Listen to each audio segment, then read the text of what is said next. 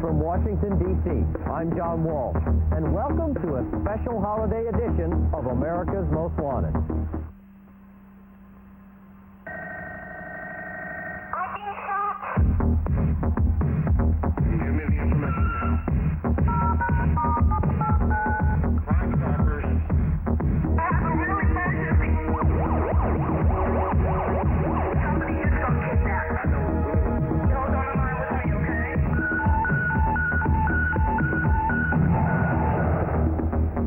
Tonight on America's Most Wanted.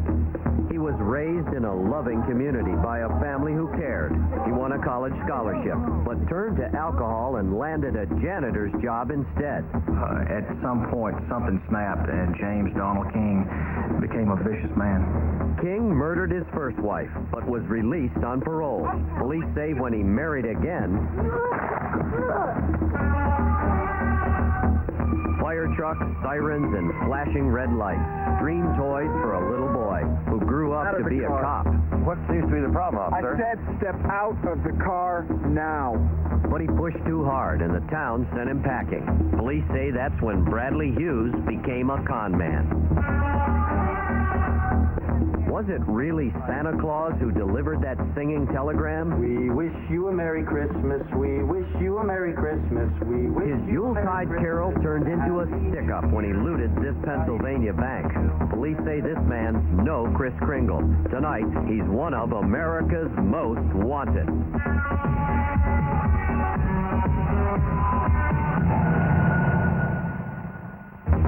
Good evening from our nation's capital. Sunday, December 17th, and I'm John Walsh.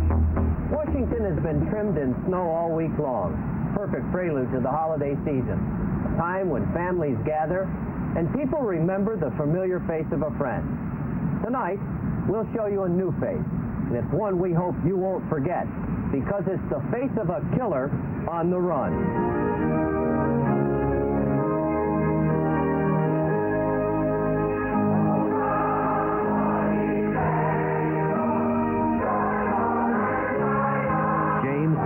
King. He was born the poor son of a poor man, but he carried his family's hope for the future on his shoulders. In the 1950s in Greensboro, North Carolina, James King's dreams of education, success, and family honor were gently nurtured by his grandfather. The young Donald King was strong, determined, academically talented. Almost brilliant. King was elected class president his senior year at Dudley High School. Oh, man, I'm going to take Shirley home. Oh, man, it's cold out here. Look, I got something to keep on. Not out here. All right, get in the car. Come on. All right, get in the car. Come on.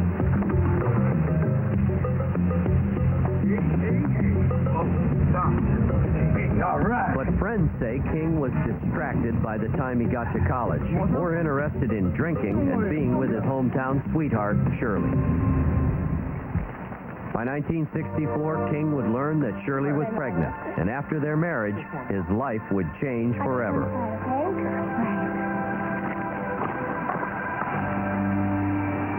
Within months, King was no longer a scholarship winner with a bright future. To support his new family, he became a janitor at the YMCA. Evidently, life got pretty tough because it was one child and then it was another child, and then before you knew it, 3 in a row.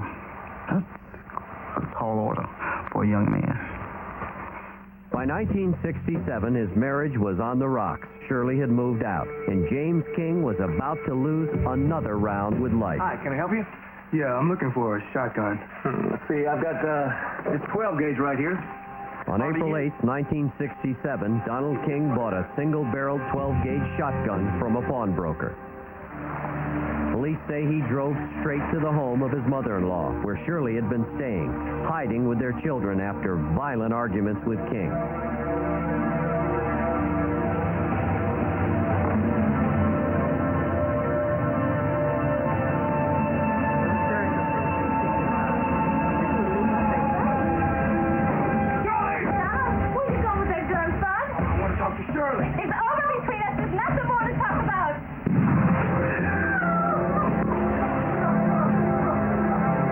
Everybody is so dumbfounded that it would happen. If it had been anyone else, some boy who had a record of crime or something, but Donald did not. This is what's so shocking. I don't know whether he snapped or what. James King, the boy who had so much to look forward to, now had a new future, life in prison. He wrote to Shirley's mother. I guess God intended for it to be this way. Don't let anybody tell you that I didn't love Shirley, because I did, and I still do. My only trouble is that I realized my trouble too late. If I had not cared anything about her, I would not have done what I did. On April 21st, 1983, James Donald King was paroled in spite of repeated protests by police. My reaction to the parole board's decision concerning Donald King, I couldn't believe that they would release him after having only served 6.5 years of a natural life sentence. In 1988, back in Greensboro, friends say King had married again, but his life hadn't really changed at all. Gloria Cornelius had married King to help raise her 3 teenagers and ease her loneliness. Quiet, you fool. You wake up those children in there and you're going to have to deal with me. I'll deal with you later. Right now, I just want to go to bed. If I know you, you've probably just been to bed with some other woman. Shut up. I'm going to sleep.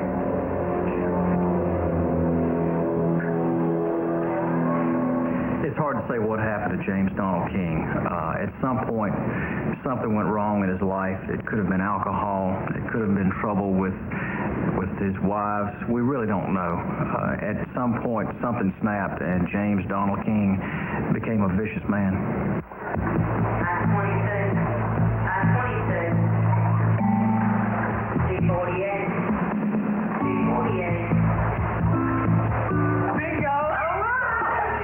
September 10th, 1988. Gloria King had just won $500 at bingo, but police say this was not her lucky night. Come on with me. We got to talk. Call you later.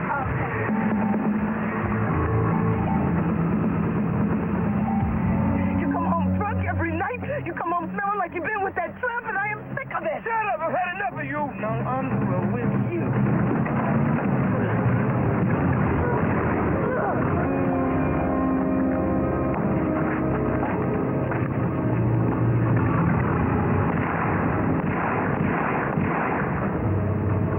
Greensboro police say James Donald King shot his second wife 5 times with a .38 caliber revolver.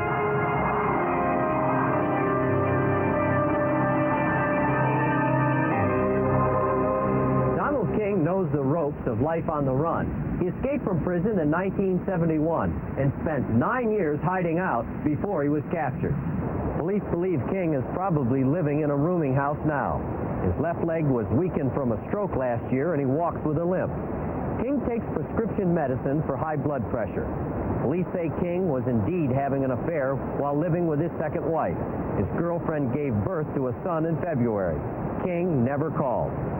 Police say he's an alcoholic who drinks his vodka straight and quotes Shakespeare. But he's been known to hold down as many as 3 jobs at a time, working as a cook, a janitor, and a construction worker. Police in Greensboro, North Carolina, hope you'll call us tonight if you've seen King. They're in our studios right now to talk with you. The number is 1-800-CRIME-89, and you don't have to tell us your name. When we return, a wannabe cop turned con man.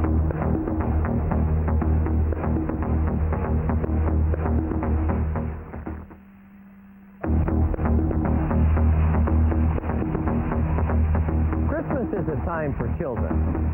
Time to watch as a new toy brings young fantasies to life. When our next fugitive was a boy, he was fascinated by police and firemen. He grew up and watched his childhood dream come true. But when it fell apart, his fantasy turned to fraud.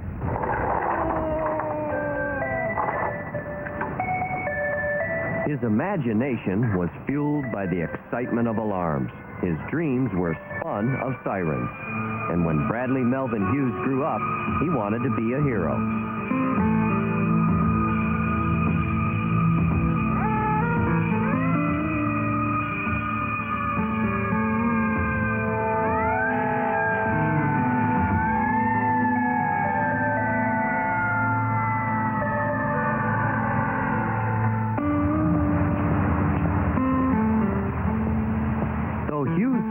to make the grade at the Houston Police Academy in 1982, he was finally able to get a job in law enforcement 2 years later as Chief of Police for Holt, Missouri, population 300. I personally believe that Brad Hughes' main motivation is a power trip.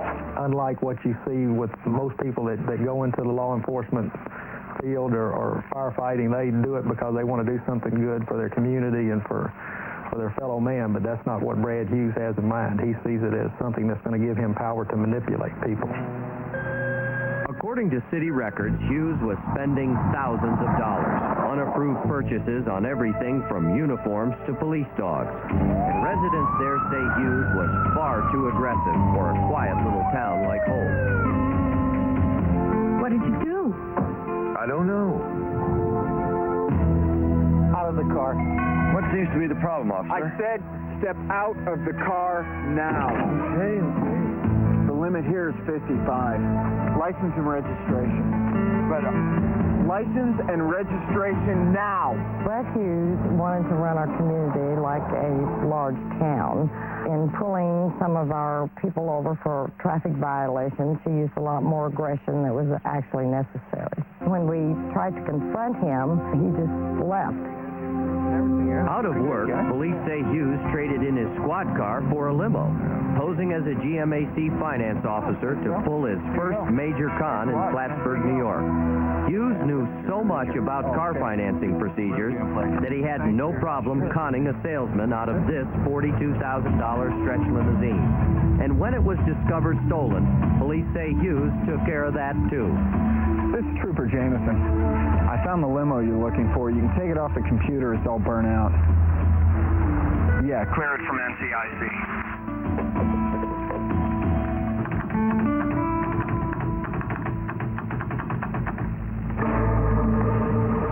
Four more shopping days till Christmas, and police say Hughes was out treating himself to gifts on someone else's credit line.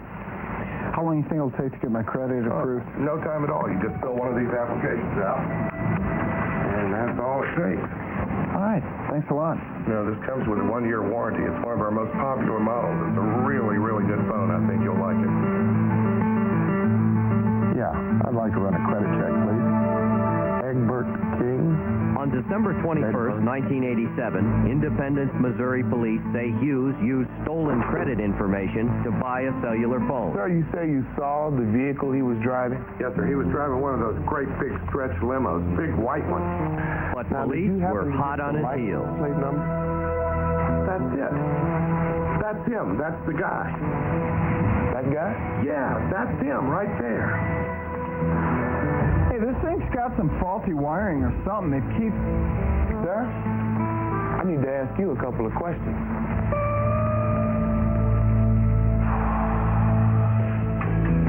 Arrested for the credit theft and linked to the limo scam, Hughes almost spent Christmas in jail. Hi, Colbert Fowler here, Fowler Bonding Company. Listen, I got a call from a guy down in Leavenworth. I'm too busy to do the job. If you could bond him out, the commission's yours. $2,000. Great. Yeah, the name's Hughes. Hughes. In a matter of hours, Hughes was on his way home for the holidays. Bradley Hughes is a con man. He does his homework. He is very good at what he does. Hello, there's a huge fire in my apartment building. North Dunlop and Clairwood. Engine 48, engine March 23rd, 1988.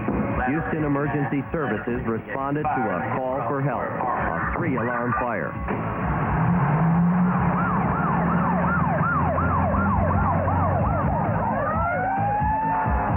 A report of a large apartment fire, a dangerous situation threatening the safety of the whole community.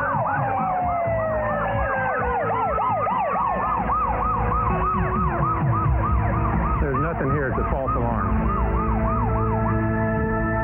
But the Houston Fire Department said it wasn't an emergency. They say it was just Bradley Melvin Hughes playing dangerous games, as if they were a little boy's prank. Hughes is accused of many con jobs, but we've only shown you a few. The last time authorities heard from Hughes, they say he was impersonating a Dallas cop. Hughes has many aliases: John Blake, Mike Carpenter, Tony Catano, Bobby Mac Hughes, Kenneth Skaggs, Mark Sullivan, and Mark Sylvester. A lot of names, but one face. Hughes is large, 210 pounds, and he favors a military haircut. He may be working as a limousine driver, but he's also pumped gas and done duty as a security guard and a short-order cook. Hughes may claim to be a cop or a Secret Service agent. He's also claimed association with the mafia. Hughes is wanted for fraud, theft, and grand larceny. Not a man to do business with. If you've seen him, call 1-800-CRIME-89. You can speak with a real police officer and help bring in this phony cop. Next up, a red-suited Santa Claus who took a Pennsylvania bank by surprise.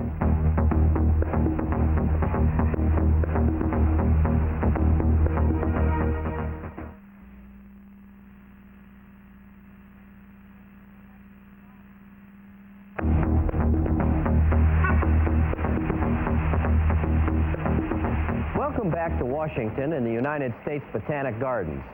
Santa comes but once a year, so the song says. But this year, Santa came a little early to a suburban Philadelphia bank. December 4th, 1989. It was 3 weeks before Christmas, and at this bank in West Goshen, Pennsylvania, an unusual visitor.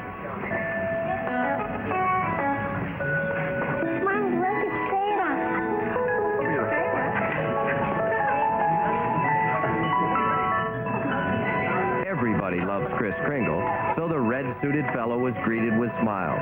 He got right into line and waited his turn. But police say this was no Santa Claus. Hi, I have a song to sing for you. You're not going to embarrass me, are you? We wish you a Merry Christmas. Customers thought Santa was delivering a singing telegram, but police say the jolly old fake delivered a hold-up note demanding a bag full of money. According to the note, this Santa was packing iron. Happy New Year.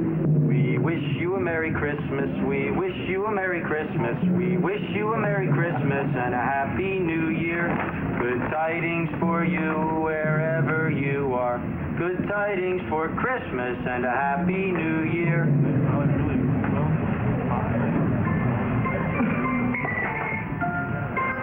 With a nod of the head, he walked out of sight. Police looked all day. They're still looking tonight. Well, we know it's a long shot, but somebody might have seen this man rent a Santa Claus suit 2 weeks ago.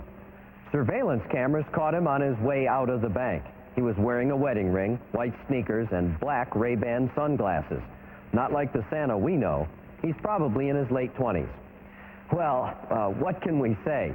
If you know this guy, call 1-800-CRIME-89. It's a free call from anywhere in North America. And also this holiday season, a Grinch who stole Christmas from a Boy Scout troop, and the Missouri town that saved the day. Independence, Missouri, a small town in the Midwest that is all but lost in the suburban sprawl of Kansas City. But there's still a sense of community here, the kind where neighbors pitch in and everyone does his part.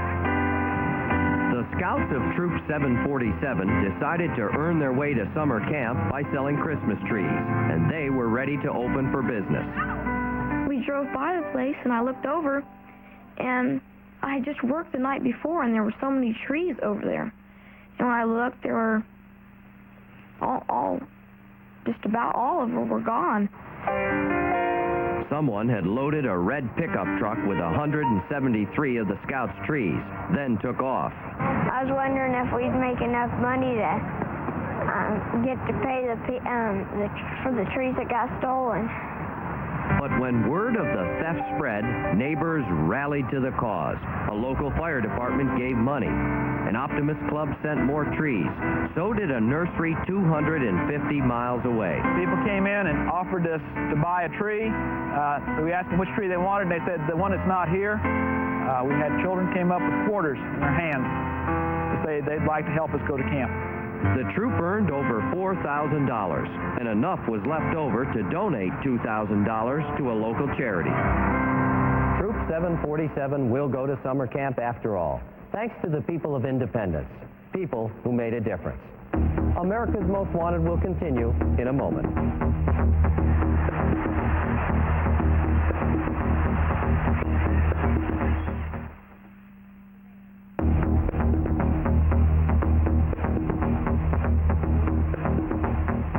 Now let's take a final look at tonight's cases. James Donald King was convicted of killing his first wife. He was paroled, and now he's wanted for the murder of his second wife. Police need your help to bring in a former cop who's been charged with fraud. They say Bradley Melvin Hughes may be planning his next con job tonight.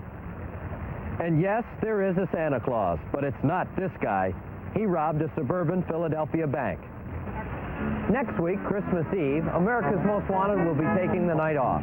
We'll be sharing the holiday with our families, and hope you will be too. But we'll be back in 2 weeks to ring in the new year. I'm John Walsh. Happy holidays from everyone at America's Most Wanted.